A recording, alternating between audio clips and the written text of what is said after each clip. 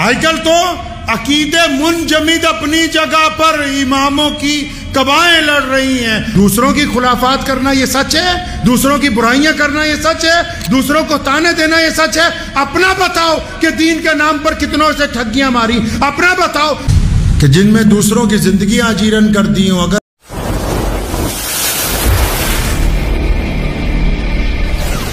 عشق حقیقی کس کو کہتے ہیں جی؟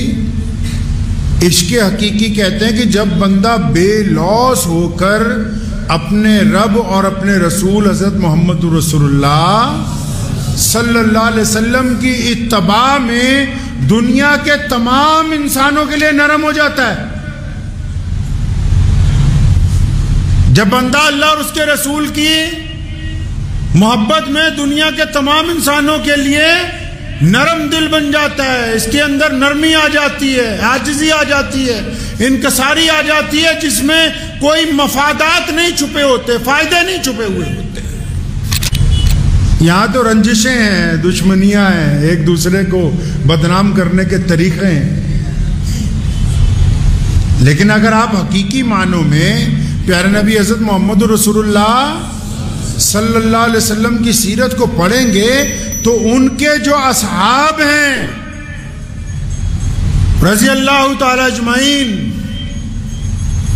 وہ پوری کائنات میں عشق حقیقی کے آئیڈیل ہیں، عشق حقیقی کا لوگو ہیں. وہ لوگ عشق حقیقی کی پہچان ہے. وہ ان کی زندگیاں، ان کا چلنا، ان کا پھرنا، ان کے کاروبار، ان کی ازواجی زندگی ایسا ہے جیسے وہ محمد الرسول اللہ صلی اللہ علیہ وسلم سے اس حد تک محبت کرتے ہیں. تبھی تو علامہ نے قرآن پاک کی ایک آیت کا ترجمہ کرتے ہوئے دو ٹوک اردو میں کہا نا کہ کی محمد سے وفا تو نے تو ہم تیرے ہیں، یہ جہاں چیز ہے کیا لوح و قلم تیرے ہیں.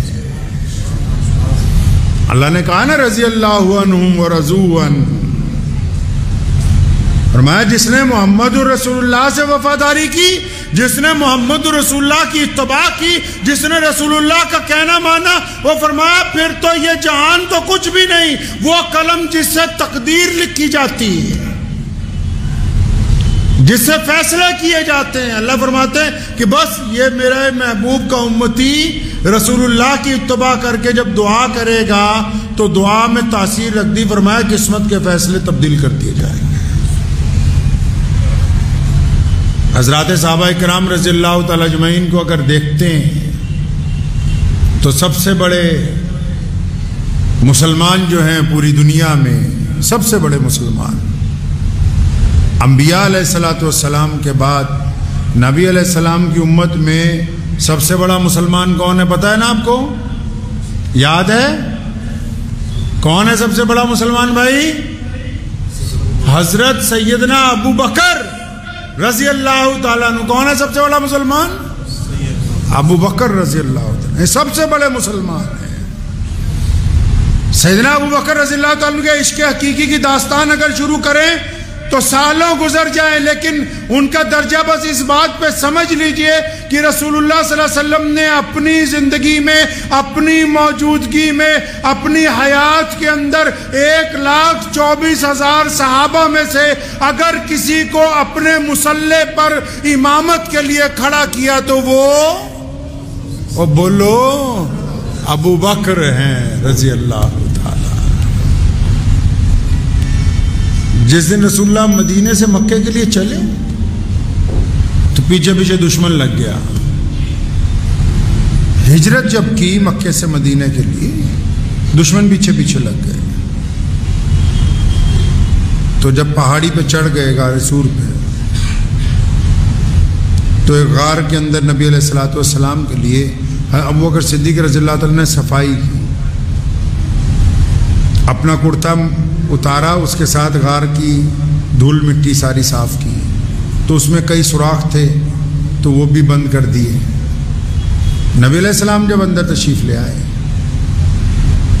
تو تھکے ہوئے تھے، پہاڑی چڑھ کے آئے تھے. آپ صلی اللہ علیہ وسلم جب آرام کرنے لگے تو حضرت ابو بکر صدیق رضی اللہ عنہ کی گود میں سر رکھ لیا اور لیٹ گئے آرام کرنے. تو اس غار میں ایک سوراخ باقی رہ گیا، کپڑا نہیں تھا اور کہ اس کو بند کرتے.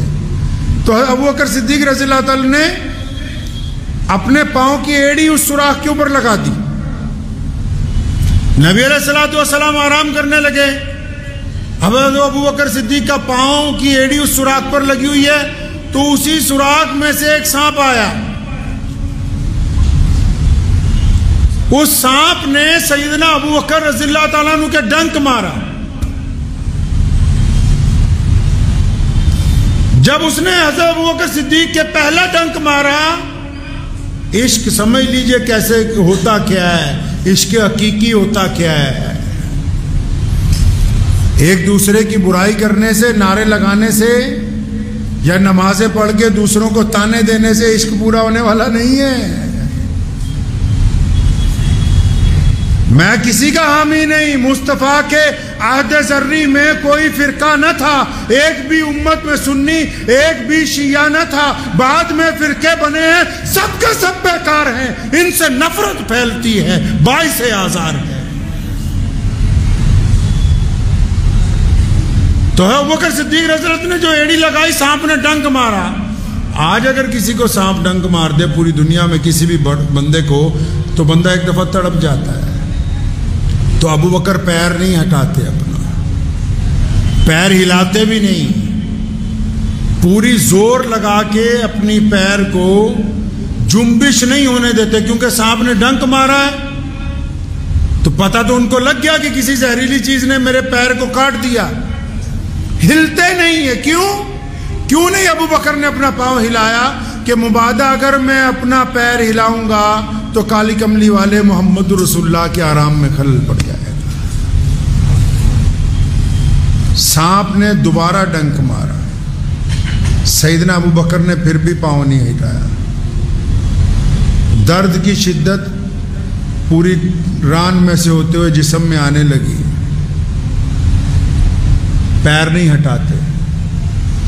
تیسرا ڈنک مارا سانپ نے. قربان جاؤں اس ماں پر جس کے گھر میں سیدنا ابو بکر صدیق رضی اللہ تعالیٰ عنہ جیسے فرزند نے جنم لیا.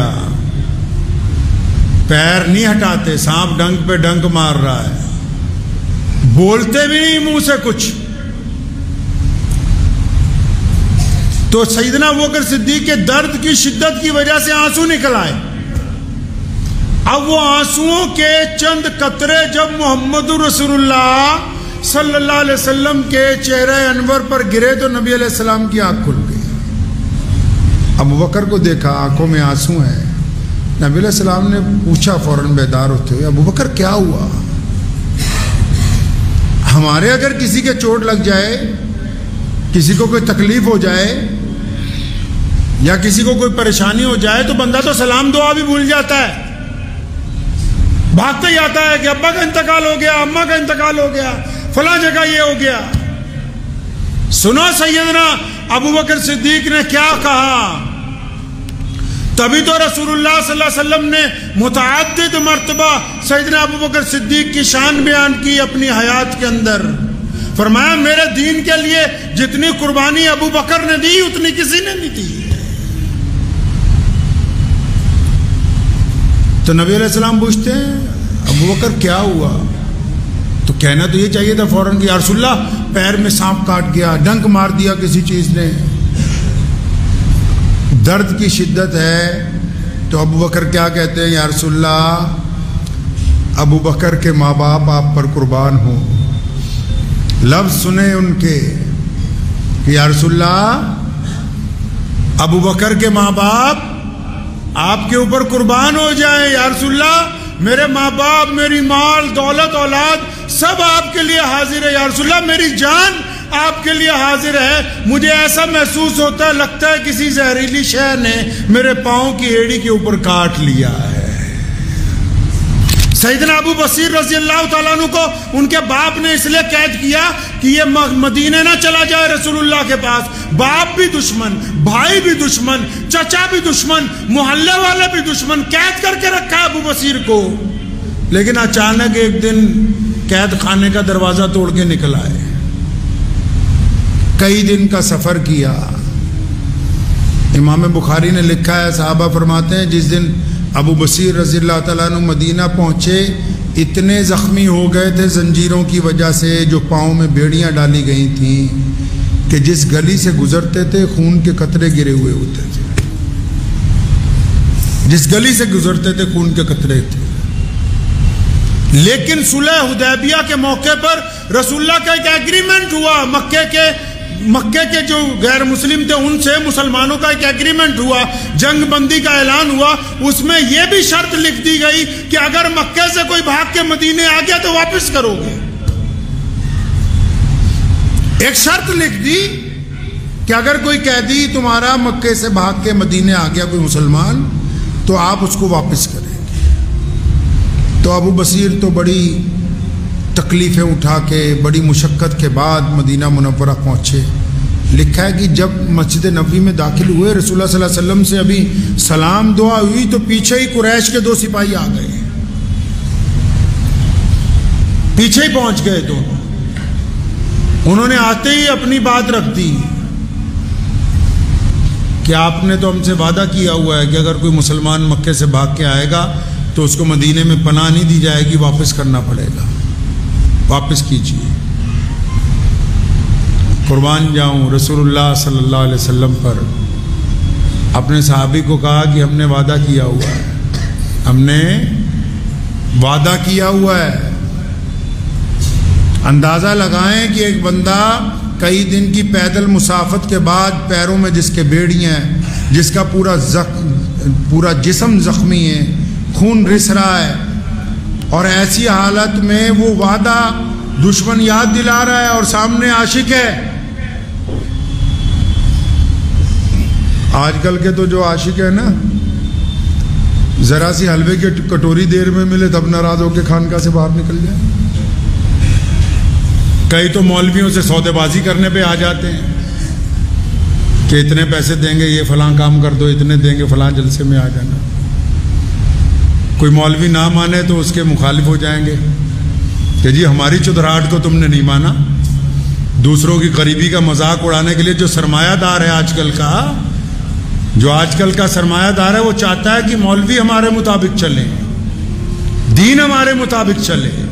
یہاں پڑھیے سیدنا ابو بصیر رضی اللہ تعالیٰ عنہ فوراً اٹھ کے کھڑے ہوئے، واپسی کا سلام کیا، دشمن کے سپاہیوں کے ساتھ واپس چل پڑے۔ صحابہ فرماتے رسول اللہ صلی اللہ علیہ وسلم کو اتنا رنج ہوا، اسی وقت زمین پہ بیٹھے اپنے رب کی طرف ہاتھ اٹھائے کہ یا اللہ میرے ابو بصیر کی حفاظت فرما۔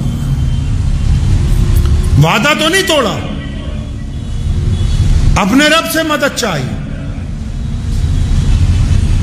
اب وہ دشمن نے کیا کہا سنیے، جو 2 سپاہی ابو بصیر رضی اللہ عنہ کو پکڑ کے مدینے سے واپس لے جا رہے ہیں، جب انہوں نے ان کو اپنے ساتھ سوار کر لیا، چلتے ہوئے انہوں نے تانا مارا کہ دیکھا نعوذ باللہ کہ جن کے لیے تم بھاگ کے آئے تھے انہوں نے تمہیں ہم سے بچایا نہیں۔ قربان جاؤں سیدنا ابو بصیر رضی اللہ تعالیٰ عنہ پہ، اور فرمایا بدبخت چپ ہو جا، میرا تو اپنے رسول پر ایمان اور بڑھ گیا۔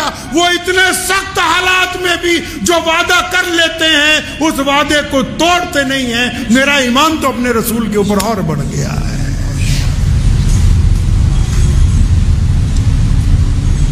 راستے میں جا رہے تھے تو اللہ تعالیٰ اگر کسی بندہ کوئی کسی کا مخلص ہو نا جی، کسی سے کوئی جان پہچان ہو، مخلص ہو، کوئی مصیبت میں پڑ جائے تو جو بن پڑتا ہے کرتا ہے، چاہے تھوڑی مدد کرے یا زیادہ کرے، چاہے دعا کرے یا ساتھ میں جا کے کھڑا ہو جائے۔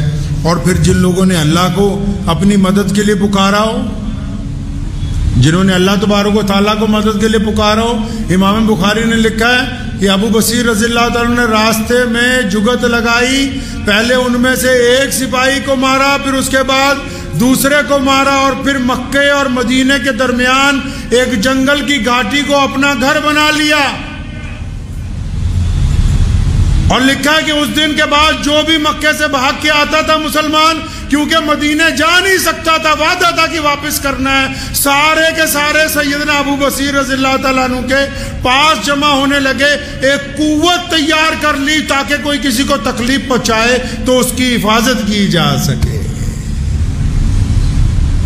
پیارے نبی حضرت محمد الرسول اللہ صلی اللہ تعالی علیہ وسلم کے لیے جن لوگوں نے قربانیاں دی ہیں ان کی اگر آپ داستان پڑھیں گے آپ کو پتہ لگے گا عشق حقیقی ہوتا کیا ہے، جس میں مفادات نہیں ہوتے، صرف محبتیں ہوتی ہیں، صرف محبتیں، مفادات ہوتے ہی نہیں۔ ان کا متاوا اللہ اور اس کے رسول صلی اللہ علیہ وسلم ہے۔ آج کل تو عقیدے منجمد اپنی جگہ پر اماموں کی قبائیں لڑ رہی ہیں۔ وہ کہتے ہیں جی ہمیں تو سچ بولنے کی بڑی عادت ہے، ہم تو سچائی کی بات کرتے ہیں۔ تو پھر بتاؤ ذرا، کیا تم نے اپنی بیٹی کی شادی اپنی برادری کے باہر کی؟ اگر تمہیں سچ بولنے کی عادت ہے تو بتاؤ کہ ہم نے یہ کام کیا ہے۔